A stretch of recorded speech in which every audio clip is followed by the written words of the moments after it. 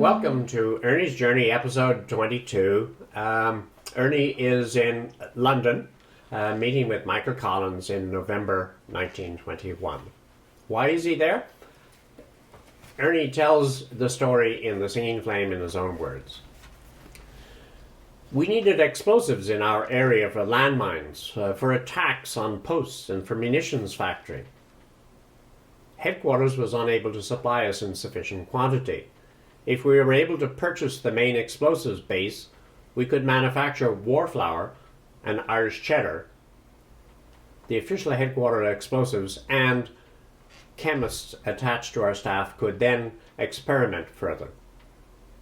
Already there had been a few minor explosions in our little laboratory, but that was inevitable. No one had been hurt seriously. In mid-November, I went to London with a Limerick officer, John Raleigh, intending to visit the British Disposal Board to purchase material. Surplus war stock was being auctioned off, from airplane parts to tin hats, which were being sold as flower pots. Entrenching tools as gardening trowels. We inspected the huge sheds and piles of equipment. We bought prismatic compass, rangefinders, prismatic glasses, wireless sets, artillery knee boots, Sam Browne belts, and equipment. Tipped to the officials, and no questions were asked. A few £5 notes in a chemical factory gave us an entry to order 3 tons of an explosive base. Beautifully groomed managers accepted the money without blinking. That could not occur in our country, we thought. One could bribe lower down, but important officials would have to take too much pride to accept a tip.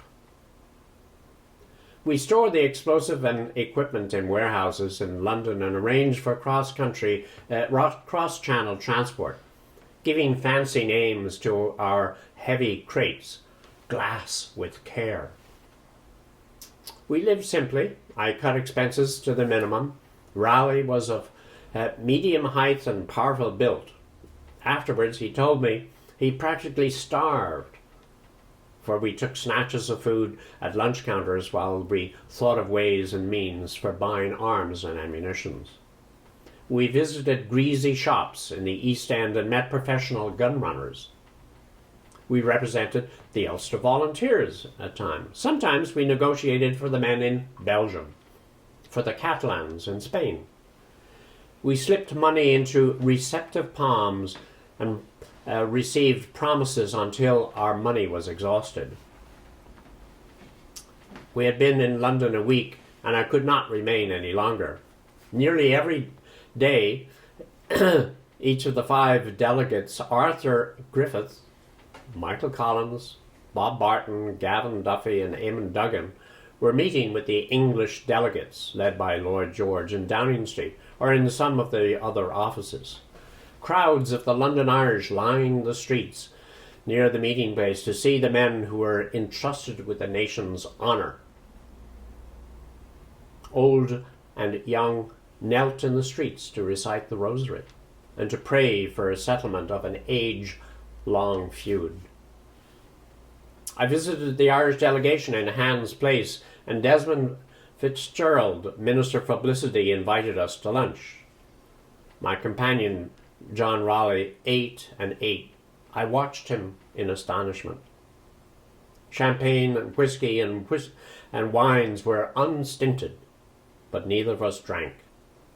I thought of my staff in Dinny Kelly's hut, running breakfast and lunch together to economize.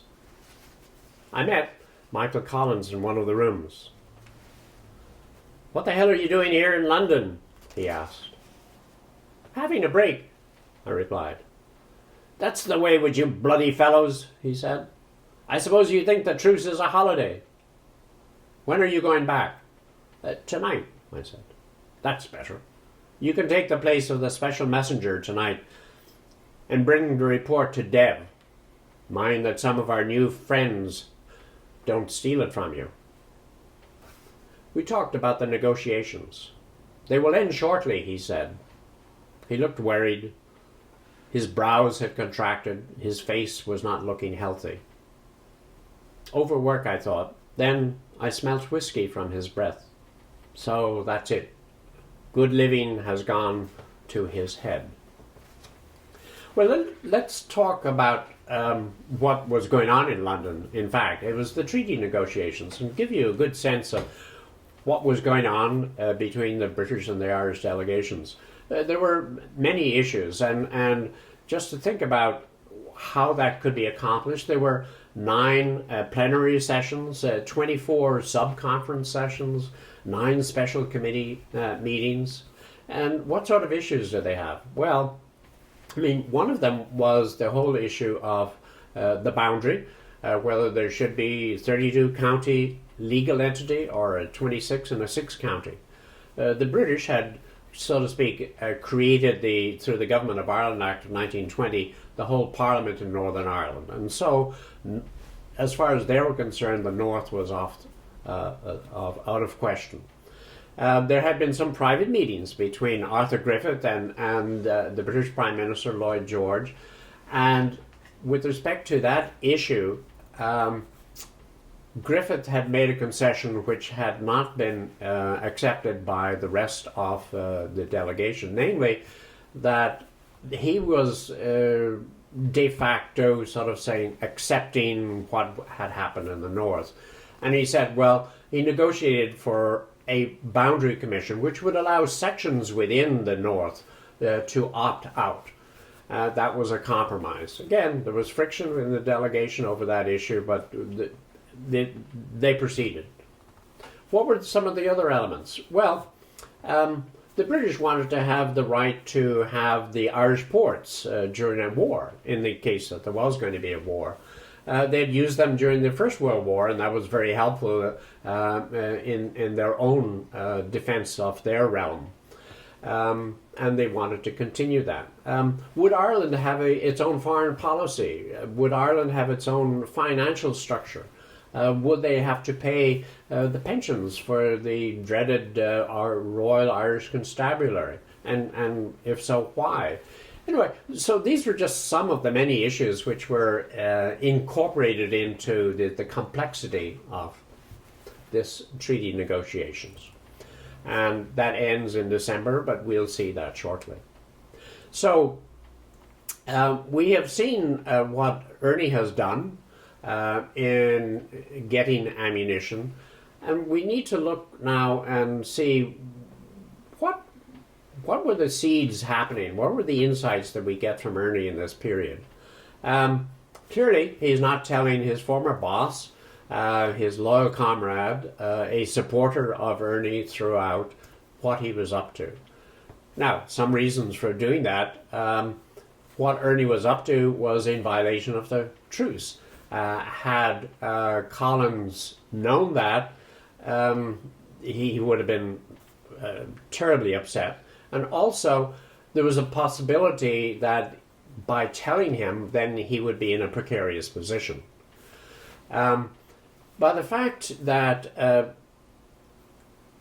Collins trusted Ernie with the papers to go back to London, if you can imagine that people knew that he had gone to the delegation, he was buying arms, and yet he was handling personal communications between De Valera and Collins.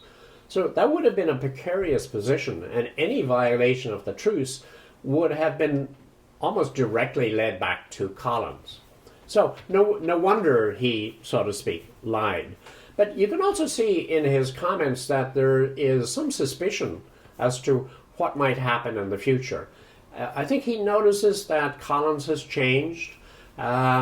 He's not fully, though they talked about the negotiations, no doubt he was again suspicious as to why they were going to be up soon and why he didn't know more about what was going on. We see in this episode too that Ernie is taking the initiative as a local commander. He is able to resource funds. He's able to resource ammunition. And also throughout you can sense that he is still the same hardline militant Republican who is not a politician. He doesn't care about compromise. He's already violated the truce once locally and now a second time in London. And so you can see that tension is building up during this period of uneasy truce. So join us next time for a Precarious Treaty.